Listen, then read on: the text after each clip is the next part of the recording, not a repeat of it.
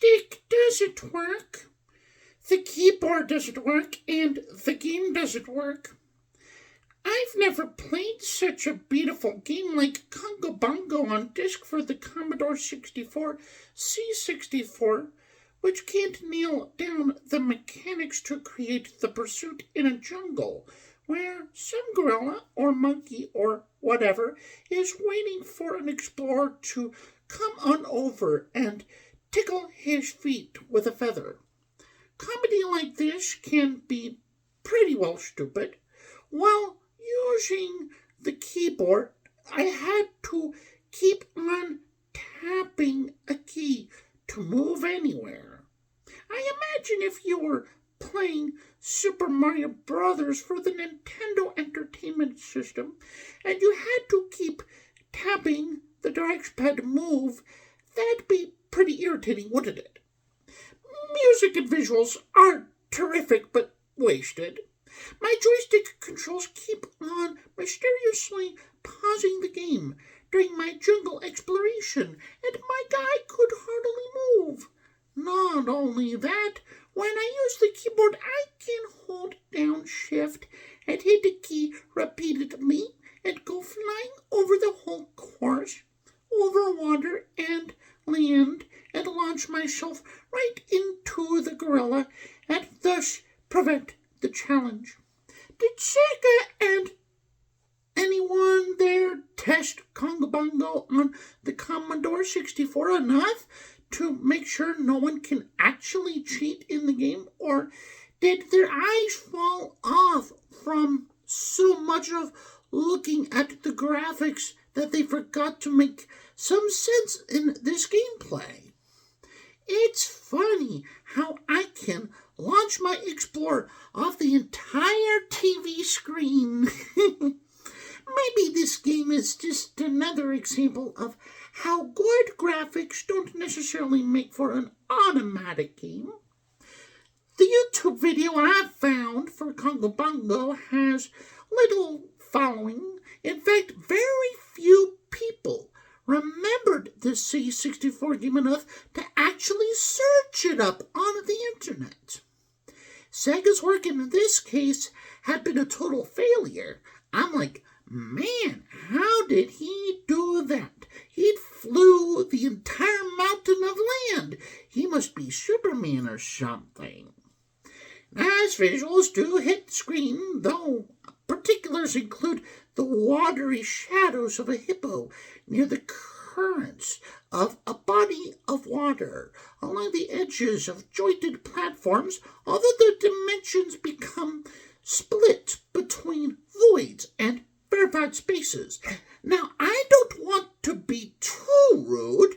Sega probably didn't intend for the Commodore 64 to do something they would have never thought of, since, well, they likely couldn't have done anything in regards to what would have been never thought on, for they would have needed thought for idea of programming to prevent the cheating mechanics in the first place.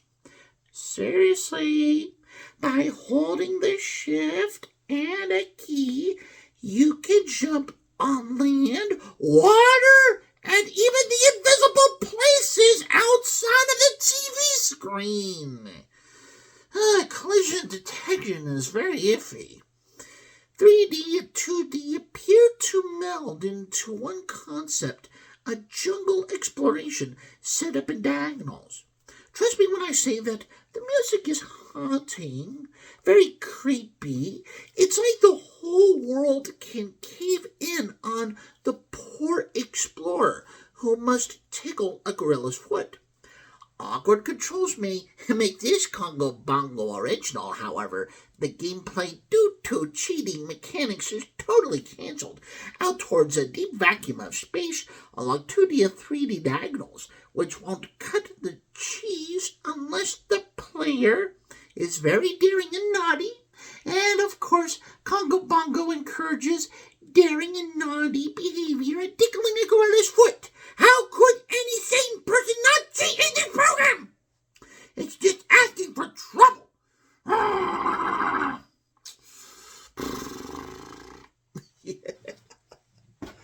Uh, yeah.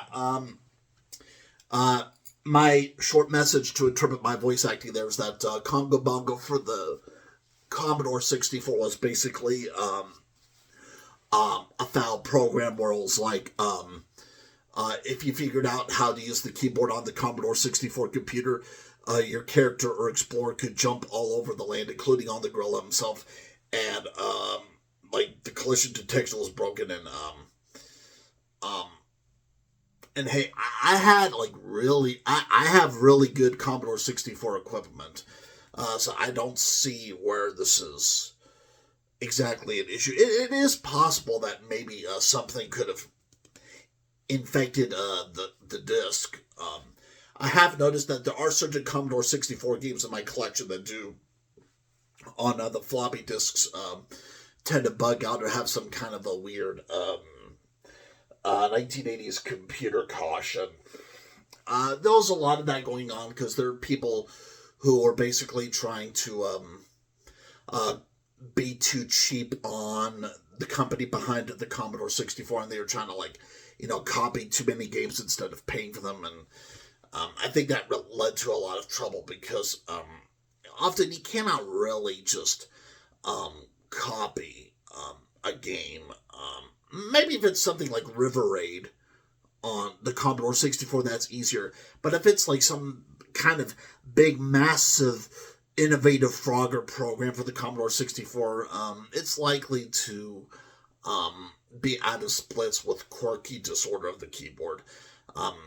That has happened at times with the Commodore 64 library, and it's kind of weird and doesn't really make much sense. And yeah, well, at least you get a hint of the trouble with that squeaky voice acting. Yeah, it's, you see, this is part of my parody for my video game reviews.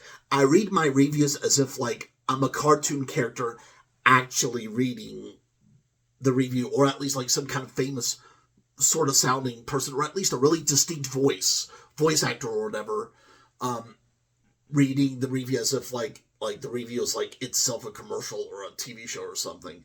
Because I think in a lot of ways that gives better meaning in my parody and satire of video games and cartoons and movies and such. That gives better meaning to the ideas. Because if I used the same voice, like my voice right here all the time for all my reviews, I'm sure a lot of viewers in the audience would be like, oh man, this would get boring. And yeah, and I understand that, yeah, because it is important to hear enough sounds in life and enough tones of voice, especially if I'm going to do reviews of books or video games or movies or shows that have languages made by other people who do not live near me. So, for example, if you remember that voice acting I did for Real Sports Basketball for the Atari 5200, what's interesting about that one is that Real Sports Basketball was never actually officially released for the Atari 5200, but it could have been released. And the name to the game, as well as the name to the Atari 5200 Super System, and the general instructions to the basketball game, in my mind, sounded like the kind of language I would hear from a Spaniard living in the 1980s. That kind of Spaniard in Europe who would be coming out of the fascist authority that there was in the past, and who would be entering into democracy with a newly found appreciation of the world, which is kind of interesting. So actually, that voice acting you heard there was a kind of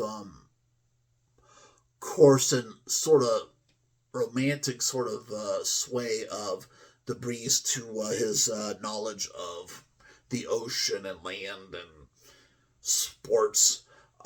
And Spain definitely to this day does have a lot of unique sports, some of which are not known here in the United States. Often I only know about this from having conversations with Spaniards when I go traveling to other parts of America and the world. I have talked to Spaniards, but I have to travel to get to them, you know. And at times I would use Spanish even, and it's interesting to travel and use foreign languages. But definitely, Congo-Bongo did have a lot of potential because Congo-Bongo was itself a really weird-looking 3D arcade game. And to tell you the truth, I did actually discover the original Congo-Bongo arcade game in an arcade somewhere. I looked at the graphics and I tried to play it a little bit, and you know what? I think in a lot of ways, the game itself was a bust and a dud because it seemed like they could not really figure out what the appeal was.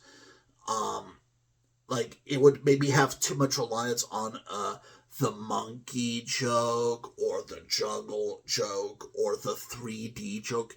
You see, 3D in the 1980s used to be a joke. It was not a serious thing. Today, 3D is real with video games. It's serious. But in the 1980s, 3D was like AI, and it was a joke back then. It was a different world, and as evidence, there are also other questionable classics from the 1980s in video games, such as Subrock and Zaxxon, which often did have. Those games often did not have correct camera angles, and deaths in those games became blameless. You take care and happy holidays. God bless.